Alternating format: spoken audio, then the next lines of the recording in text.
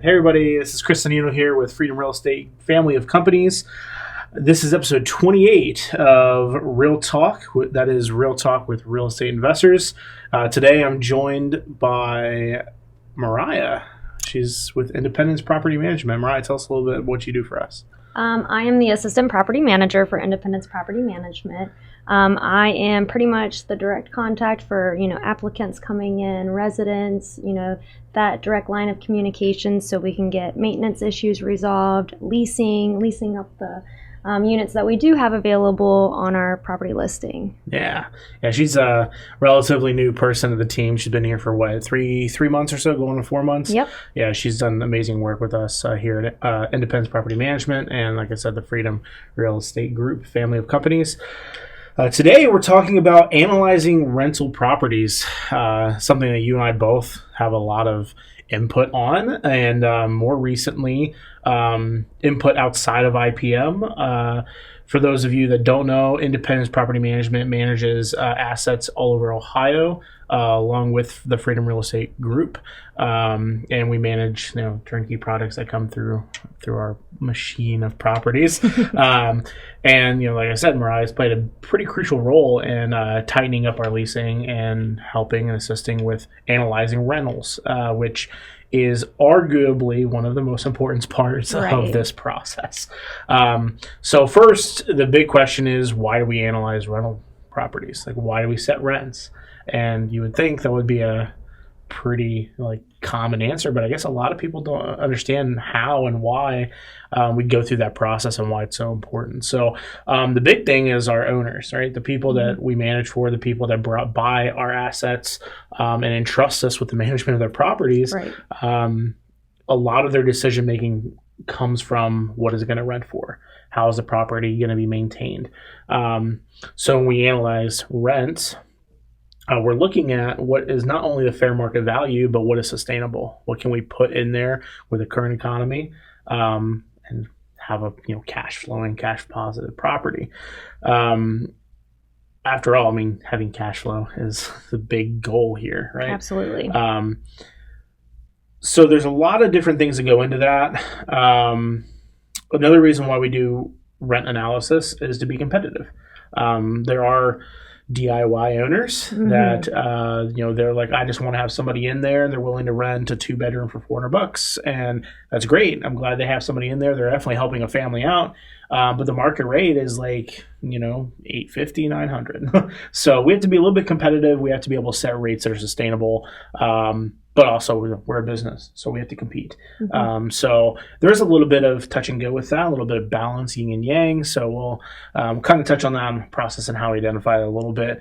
But one of the key things right off the gate when we're analyzing properties is you actually inspect them before we put them on the market and before we determine officially what our rent prices is. Can you tell us a little bit about what you're looking for when you what we call QA, so quality assurance, these properties before we get them listed? Yeah, so when I go in the properties, I pretty much am, walking in and I'm starting from left to right, top to bottom, looking and seeing if there's any issues that, I personally wouldn't want if I lived there in the house. So if the blinds need fixed, if the paint needs fixed, the flooring, appliances, cabinetry, the bathrooms, anything that I personally would want fixed as a resident myself, I put that out there so we can make sure that that's taken care of before we actually list it on the market. Yeah, so you're saying you look at the property from the eyes of the resident. Absolutely. Like what would put you onto or off of a property based on what it looks like. Yeah. So that's a really empathetic way to look at the inspection process. A lot of us, like even myself including, I'm like, oh, here's a checklist, here's a spreadsheet, oh, light switch check, light bulb check. But you actually look at a functionality standpoint, like would I be comfortable living here? Right. And I think that's key. That's really important. Because we could rent $1,000 properties all day long, but if it doesn't give you that $1,000 feel, it's not going to be a sustainable relationship. And also makes your job a little bit harder because then it's just that much harder to maintain that relationship with the resident because we're overpricing, right? So having that feeling definitely helps set rent in a way that is not only beneficial for our owners getting the cash on cash return, but also for our residents who have to ultimately live there. Their property has to perform for them too. Yep. I like to say that's something we do a little bit different than some in the market, but the reality is I think a lot of companies kind of want to gauge, is it going to be homey? Is this feeling? That's why we do there's a lot of staging and marketing, bang and all that stuff, because you want to make it feel homey. You have to put yourself in the eyes of the resident. So yeah, it's a big thing, and I know that's like still developing. I mean, we've always had some sort of inspection process, but you're building on that, and I really appreciate you because you take the extra time to yes, it's standard, but like if we did this, it would make it just this much better. Absolutely. And if we're on the fence sometimes about setting a rent rate, we're like sometimes our president and CEO will call me and be like, hey, I really need this rent here. What can you do to make it happen? And we're like, okay, update this or add a stove. Yeah, add an appliance. Something that maybe is a little bit outside of our standard, but just that little bit of extra. It doesn't cost a lot on the front end, but it brings a lot of value back. Right. The other things that we do, right, when we're looking at that's step one, right? The inspection is step one, because that tells us, okay, we already have a general idea of what rent would be in this area. We know what we could get in this area. And it kind of says, okay, this is what I'm thinking, right? Yeah. In and amongst that, so while she's inspecting and we're running some numbers, we've already had a gauge of what the rent is going to be set at based on just the market. So we use tools now. I just want to say this. I'm not saying use this piece of software specifically. We do not have any sort of legal contract or monetary kickback from this organization. Just disclosure there. But we use systems like Rentometer, which is pretty popular. Bigger Pockets also has a little bit of they have a rent analysis tool that sometimes I'll kind of feed off of, because a lot of our investors are going there to get their rent information. So if we go to where our investors are getting their data from, it's also not bad data. It's we'll talk about how it's slightly inflated right now in this market, but we go there and it'll give us like a general idea of where the ballpark or where the rent should be. Yep. From there, that's when we make tweaks about, okay, well, yeah, we might want to add appliance, or one of these comparables has a pool, which happened recently. I don't know why the rental had a pool, but that's okay. We can't compete with that. Right. But and we look at different things. We analyze it very similar to how you would like the value of a home. Mm-hmm. I mean, there's other comparables in the area that are same square footage, bedroom size, roughly. Give or take some square feet and half baths if needed, and what are they renting for? What we don't have control over is the empathetic side, like whoever rented that property, did they just say, rent's $1,300 and then let it sell in the market until they got $1,300 for it? Or did they rent it to a family member who rented it for $1,300? Or did it actually rent for $1,300? Like some of those things that we don't have control over. So we like to quantify that data a little bit further here at IPM and the Freedom Real Estate Group, because we manage over 500 doors here in-house in this building. So with that, we're able to look at our portfolio and say, okay, hey, well, the rent at this 3-2 in Monroe is $1,200 or $1,300 or whatever. That's just an example. Right. Is that real? Right? Is this just a fluke because there's 5 other single families in a half mile that also rented for this amount, or is this data real? And we'll look at our portfolio. Yeah. So it's very, very important that we set our rents where they need to be, because it's actual, they're performing. That's what we do every day. Is we manage assets that are cash flowing. So go back to Rentometers a little bit. Rentometer gives like a range. I say, hey, here's the average property. Here's like the upper 25 percentile of like the best of the best. Our turnkey product is usually in that best of the best category. There are a few that we sell turnkey that are more of a we didn't do a full rehab on, so they're not at our full standard, but we did some work in there, so we're able to get above average. Worst case scenario, we'll bump to average. Now our average is usually 20 to 25%. Roughly below what we normally get for rents. I mentioned this because right now the market's inflated. Oh, yes. Okay. So one of the things for our clients is there's in real estate investing, there's something called the 1% rule, where essentially your rent should be within 1% of the ARV, which is the after resale value. Okay, so if a home is valued at $130,000, it should get around $1,300 in rent. It's not perfect because right now everybody can agree our real estate market's slightly inflated. The home values aren't as actual as what the list price are. Now, obviously, properties are moving. It's working. People are buying. Yeah. No complaints there. We're being in a real estate business. No complaints.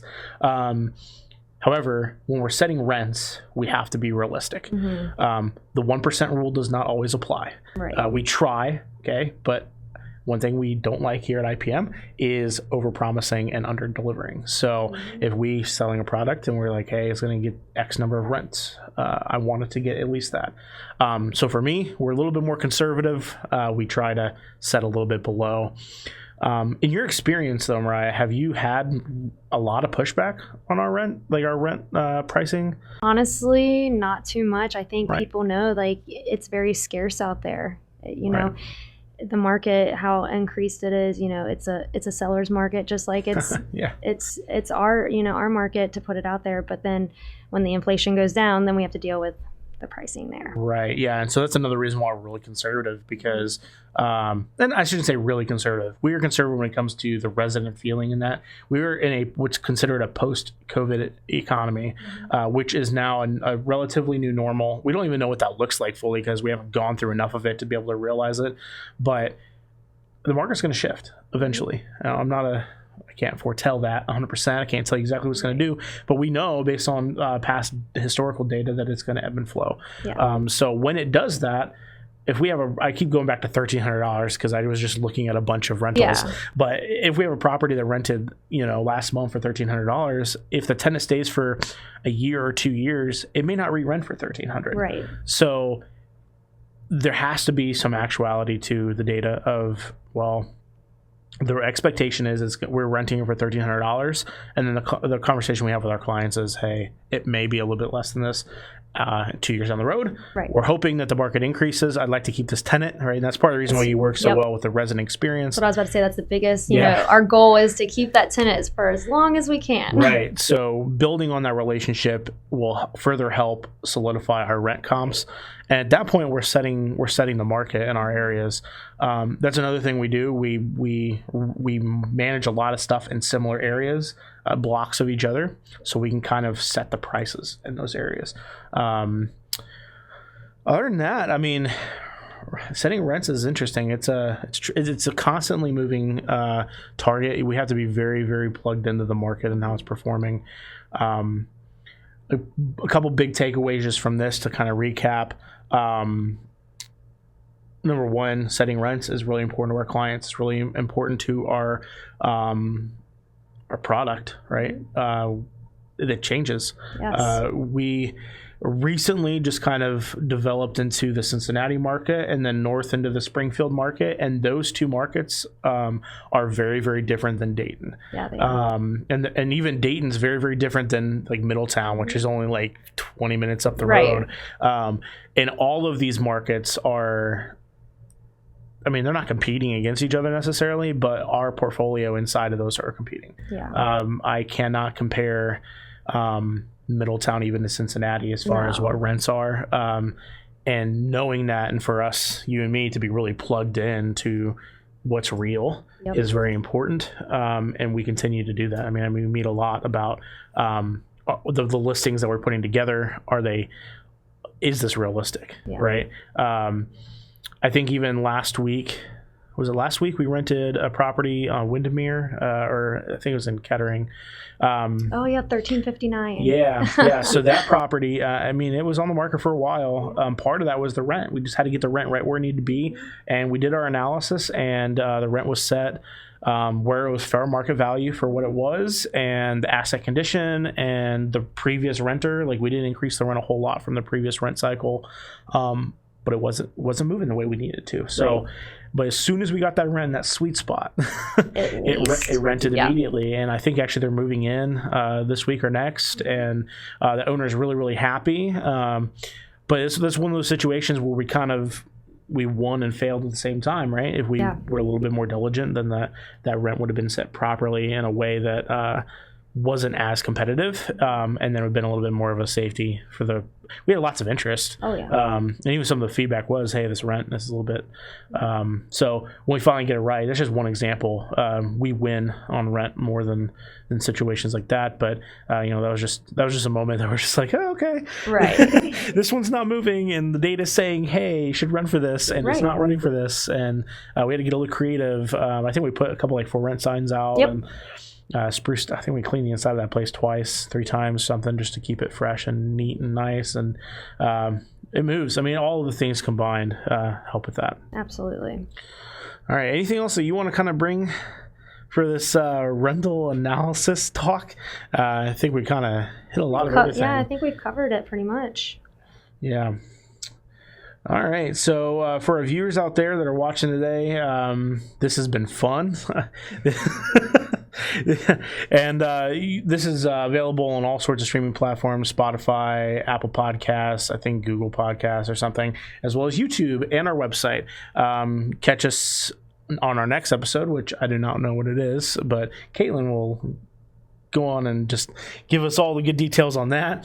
But this has been awesome. Again, this is Real Talk with real estate investors, and we like to end by saying invest smart and live happy.